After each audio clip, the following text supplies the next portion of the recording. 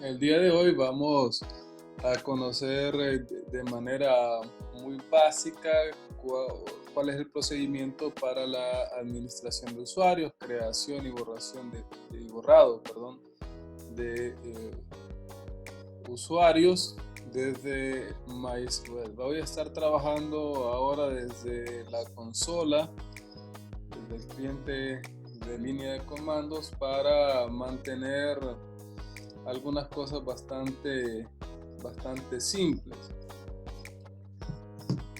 Primero, les había dicho en la clase anterior que tenemos un usuario root o superusuario que tiene los privilegios y todas las responsabilidades de administración del servidor. Sin embargo, podemos tener múltiples usuarios para diferentes funciones, diferentes roles o incluso para diferentes sistemas. Podría darse el caso que la misma empresa tenga varios sistemas que utilicen varias bases de datos. Entonces usted podría crear usuarios de tal manera que se puedan conectar directamente a una base de datos en específico, pero no al resto. Hoy vamos a cubrir esta primera parte de creación básica de usuarios. Primero, un usuario en SQL o un MySQL consta de dos partes. Una primera parte es el nombre de usuario y la otra es la dirección IP desde el cual tiene permitido acceder al servidor. Claramente es bastante común que los servidores de bases de datos en MySQL no estén en una computadora personal, sino que ya en producción hay servidores dedicados a la base de datos y por lo tanto el acceso a la administración del sistema gestor es de un equipo remoto. Por eso nosotros necesitamos especificar no solo el nombre del usuario, sino que también la dirección IP desde la cual este usuario puede acceder. Entre menos privilegios tiene un usuario es mejor, y entre más específica es la dirección IP del dispositivo desde el cual él tiene permiso a acceder, también es mucho más seguro. ¿Okay?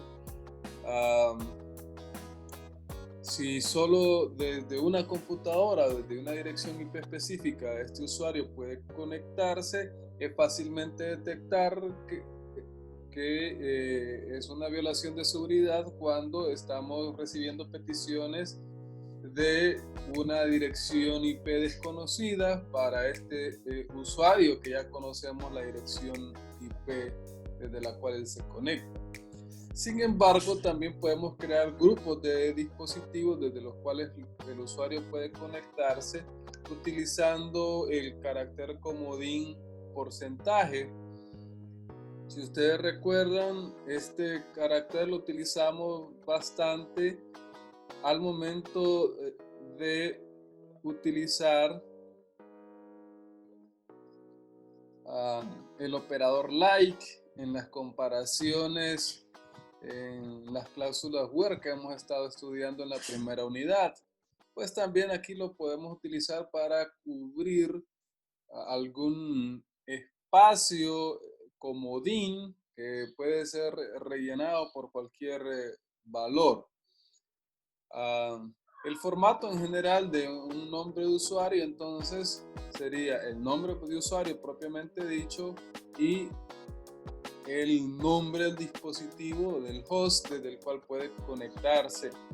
Estos se separan a través de la arroba.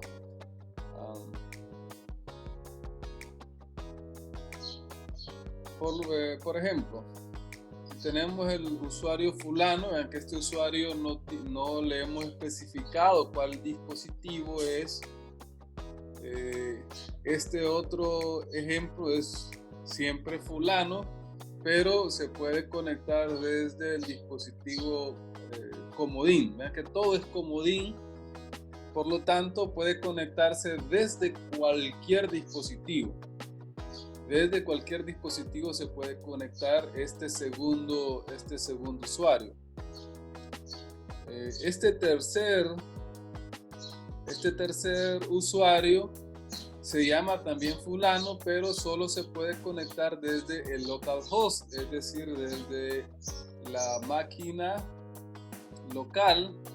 Por lo tanto, este usuario tercero solo podría conectarse al servidor estando dentro del mismo servidor. Desde otro dispositivo no podría conectarse.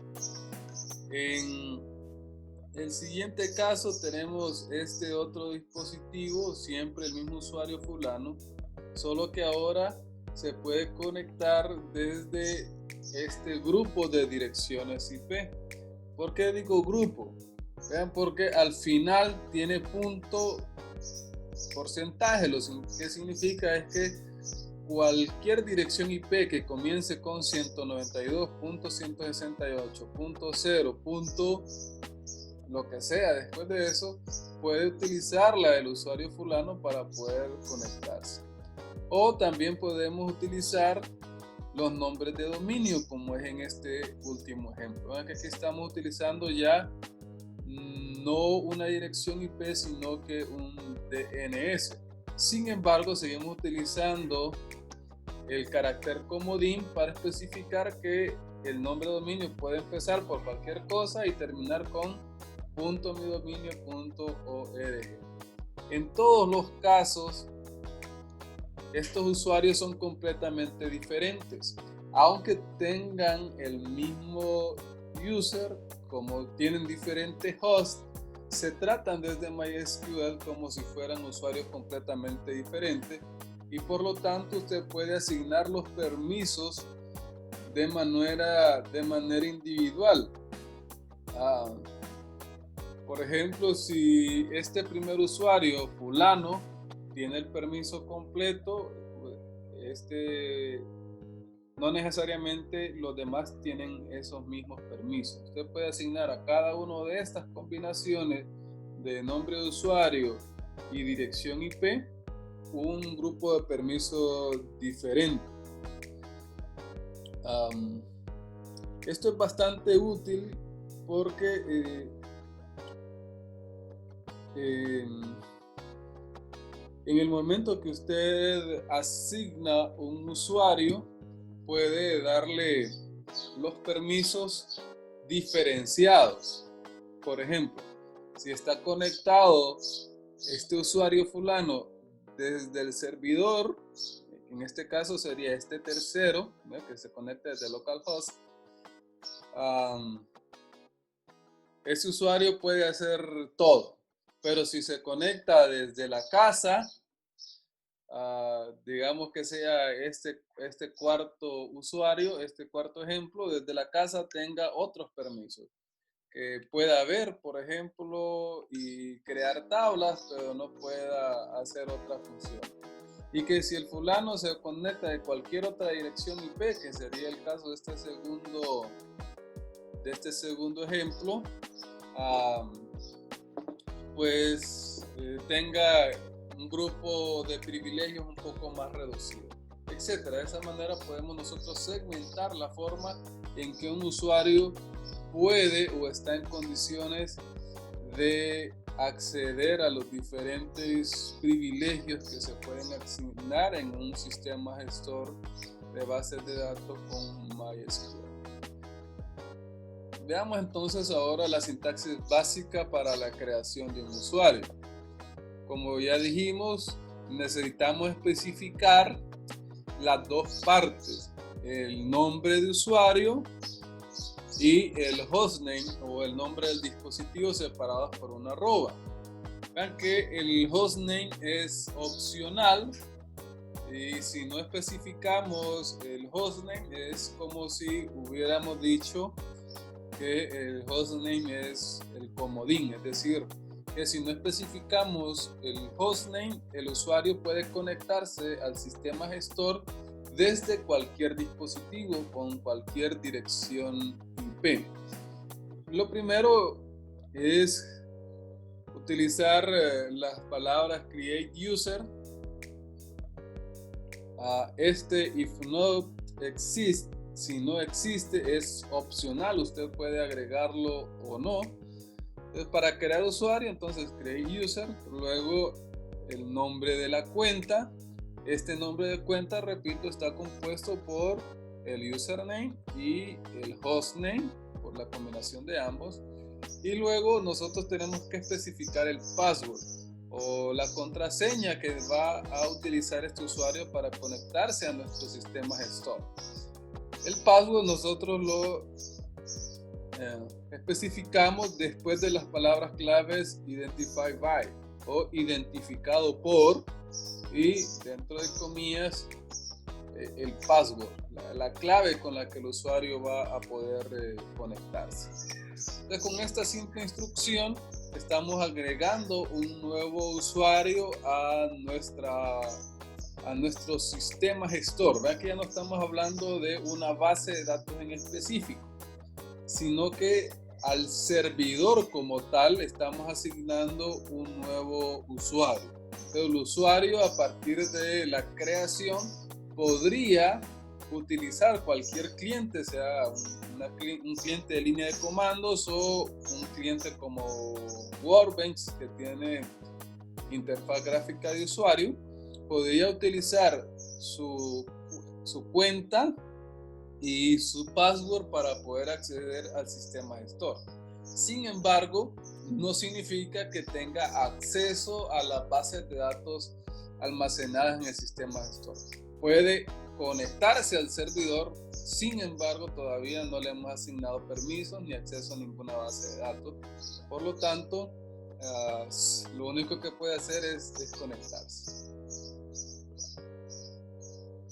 Cuando queremos mostrar la lista de los usuarios que ya están creados, podemos utilizar esta expresión. Existe una tabla en MySQL y en MariaDB que es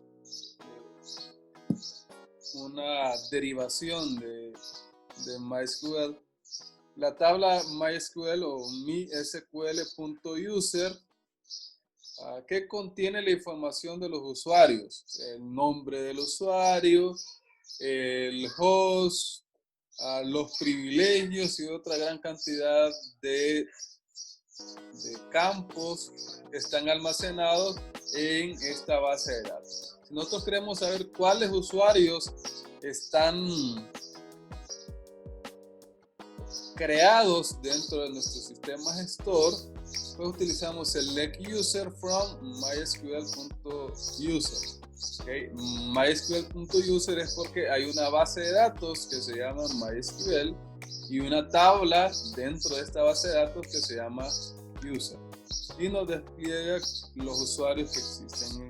En el ejemplo, en mi base de datos tengo estos usuarios. Vean que el usuario root se repite 4 veces, en 1, 2, 3 y aquí al final. Y tengo además estos otros 3 usuarios. Esos usuarios son usuarios que se crean de manera predeterminada, no es que yo los he agregado voluntariamente. Pero bueno, si tengo 4 usuarios root, ¿por qué tengo tantos usuarios root? ¿Okay? Eso es porque pertenecen o pueden conectarse a diferentes hosts y desde diferentes hosts, perdón, y por lo tanto, como hemos estado diciendo, son cuentas diferentes. Vea que podemos incluir la columna host para ver desde cuál host puede conectarse este usuario. Entonces tenemos el user root, pero este primero se conecta desde cualquier lado.